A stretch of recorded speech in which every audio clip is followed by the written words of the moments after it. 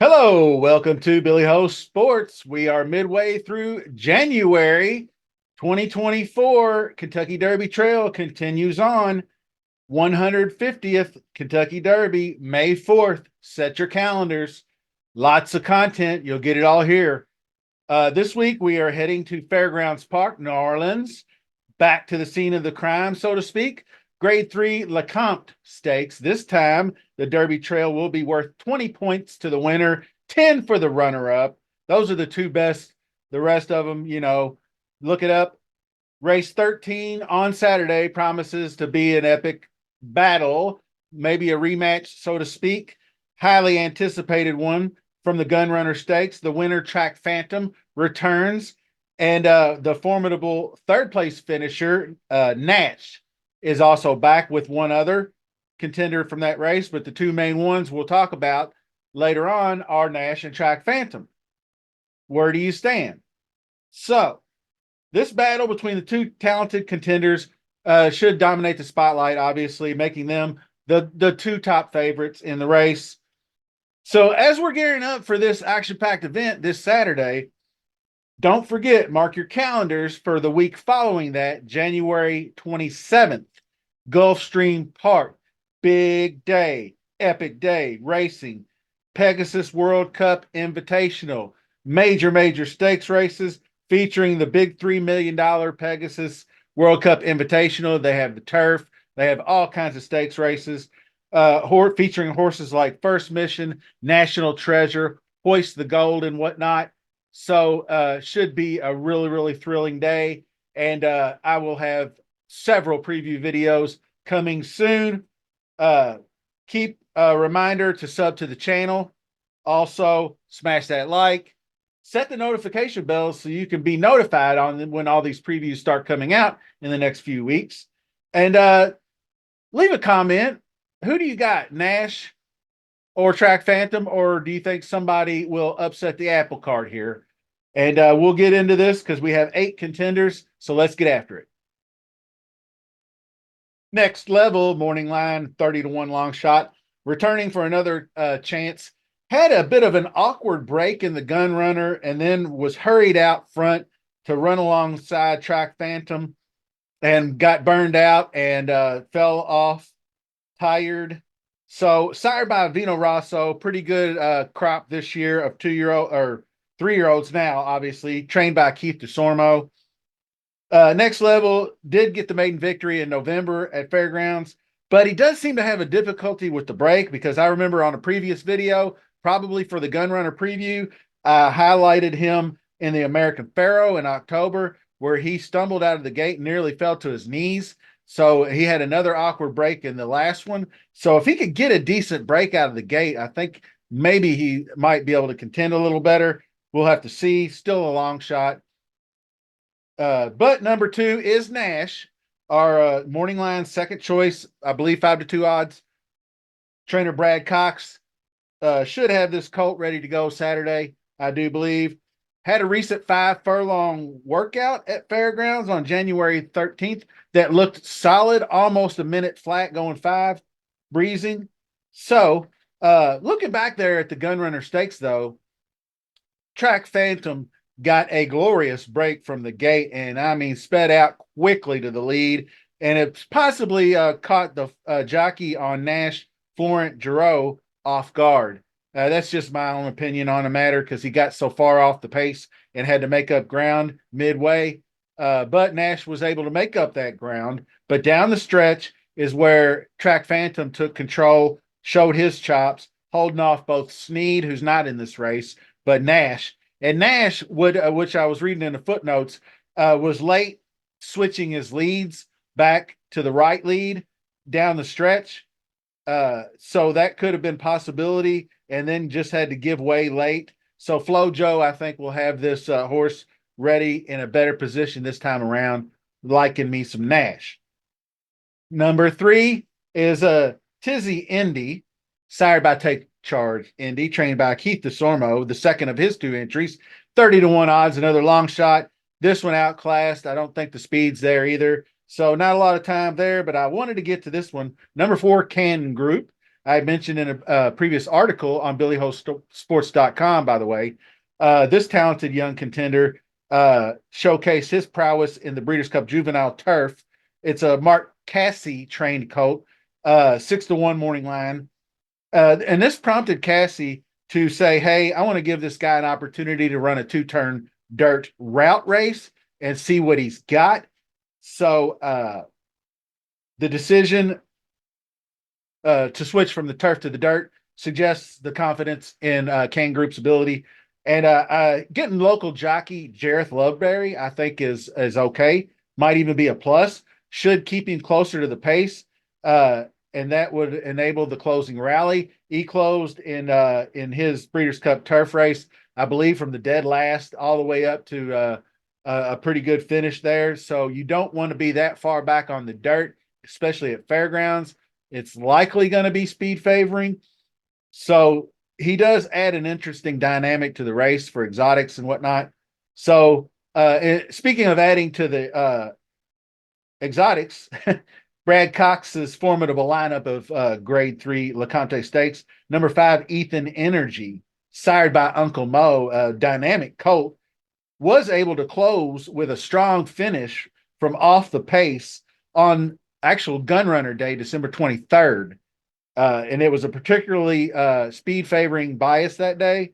And it was an impressive way to win because he drew off by like 5.5 lengths coming from off the pace like that. 4-1 morning line, third choice, the second of the 3 entries from Brad Cox. This one I really kind of like for at least a piece closing late. We'll see how the pace sets up and see if that will do him any favors. Luis Saez aboard Ethan Energy. Next up, number 6, Lat Long, trained by Kenny McPeak, sired by Liam's Map, 8-1 morning line. This colt has been consistent across 5 starts and finally broke his maiden December 17th at Oaklawn Park. So, despite the easy trip overall, jockey Julian Leperoux was up and took him to the lead and hit the far turn, as you can see, and down the stretch was in hand, but the horse looked like it lost a little focus. He started drifting in toward the rail, and the contender started gaining ground, but he redirected him and was able to edge away late, which is a good sign. So this horse will be interesting for the lower exotics, maybe underneath usage, maybe get some value out of that. We'll have to see. We're going to look at the past performances after we profile these 8 contenders, so stick around. Number 7, Track Phantom, the favorite, 9-5, Steve Asmussen. Impressive colt, 2 for 2, around 2 turns. So looking for more. Impressive maiden win, obviously backed it up in the Gunrunner with that super impressive. I mean, took out and went to that hot pace and held it all the way, held sway down the stretch.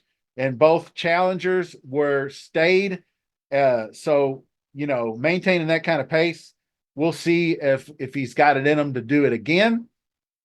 No longer hiding in the shadows. The Phantom is out and will be the horse to beat. Now, we're going to finish it off with Awesome Road. Don't know. I haven't checked my Twitter or anything to see anything from Brad Cox, but this is a dual entry, the third entry for Brad Cox in this race, but is also entered at Turfway in the Leonidas Stakes. So possibly going one way or the other there. Not really sure just yet, but we should know in the next few days because Turfway and it's Kentucky to Lexington or Kentucky to New Orleans, so they got to ship the horse sometime. But we'll find that out as soon as possible. I'll post it in the comment section if I can find that out. Interesting horse though, sired by Quality Road. The young colt does bring some graded stakes experience to the table, having competed in the Grade 1 Breeders' Futurity. That one, I believe, was won by Locked back at Keeneland in the fall, and then ran in the Grade 2 Kentucky Jockey Club, which was won by Honor Marie. That was Churchill Downs. while he did contest for the lead in that grade 2 jockey club, uh, he faded late in the stretch, so finishing 5th. Not sure if that class, I think the class translates. It's pretty even as far as you got Track Phantom and Nash, so some pretty strong contenders for a grade 3 event. So might be better off going to the Leonidas, but we shall see. So let's break off here and take a look at some past performances and see if we can find anything. Okay, here is the past performances, and we see mile and a 16th. It's going to be a 2-turn route race, grade 3, 200,000. And here's your speed, prime power, class rating. So you see Nash and Track Phantom, obviously the top two, but you do see some Ethan Energy and Can Group, which makes sense to me. But prime power, awesome road, sticking in there a little bit. So blinkers come off for next level. Not sure if that's going to make a difference or not, but finished far behind weaker. I mean, he got destroyed in the gun runner, 32 links. I mean, that was I knew he had weakened in the stretch, but that's pretty no bueno for his chances. But you never know. Could find that Del Mar futurity form and get back up into the 89s. Doubt it. But here's Nash. I don't think we need to see anything. It's first in prime power. The sharp 5 furlong workout I told you about January 13th. So assessing this race, I will point out one thing, which is my apologies, folks. I had my mouse crap out on me right in the middle of doing this, so I had to do a little pause for some applause. But what I wanted to point out was the jockey switch. Kristen Torres rode Track Phantom in the Gun Runner, but it is switching back to Joel Rosario. So I don't think that's going to be that big of a deal, and I don't believe it's going to change the dynamic of the race at all. But I just thought it was something I would like to point out. It was either Torres or Rosario rode him in the maiden at Churchill to the victory. So I think it's all right. It's going to likely come down to the start of this race. Like I said, we don't know if Awesome Road is going to get out there, but the speed figures maybe just a little bit less tier 2 because we're talking 90s for the top two ones. And we got an 89 from Ethan Energy, 91 out of Can Group. So the low mid to low 80s are just like 71. That ain't going to get it done.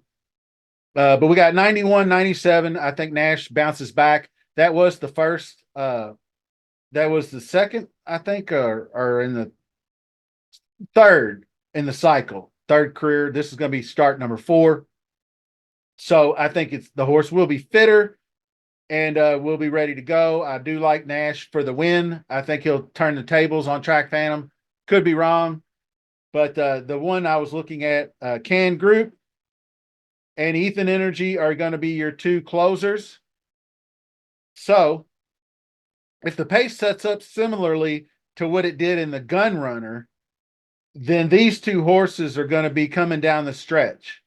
So I'm going to have a piece of them underneath at least. I don't know. Maybe I'll go like Track Phantom and Nash on top, and then underneath use these 2 plus possibly Lat Long. Got a little bit of speed there. But other than that, here's your track bias stats. This is something I kind of wanted to look at. You can see the whopping early track bias for this race. Out of 28 races during the meet, 43% won by early speed, and then 11%. So half the races by the early pressing, and then you got a little bit, a quarter of them are closing. So this week's totals, you only got 3 races, but you can see the early pace has won them all. So it's gonna be hard pressed to beat those front runners. That's where you're gonna want to be. And that goes about the way I would think Nash, Track Phantom, Ethan Energy. And then I would give Can Group a little bit more love than that, but they don't have the stats for dirt, I guess. So I just wanted to give you guys an extra little look. The top 2 choices obviously are Nash and Track Phantom. I'm going to go Nash. I like Nash in the previous race. No sense in jumping off the bandwagon now. But Track Phantom did show me some definitely some good chops. Going to be a fun race, highly contested pace. Could set up for Ethan Energy and Kane Group, like I said. But to finish things off, the road to Kentucky Derby is heating up, even though it's freezing cold here in Louisville. We're hopefully going to get out of it and crack 20 degrees by Thursday. It's been single digits all week, and I'm ready to get just a little bit more warm air going here at home. So that'll do it. I appreciate you watching. Thanks for saddling up with me once again, and we will see you soon.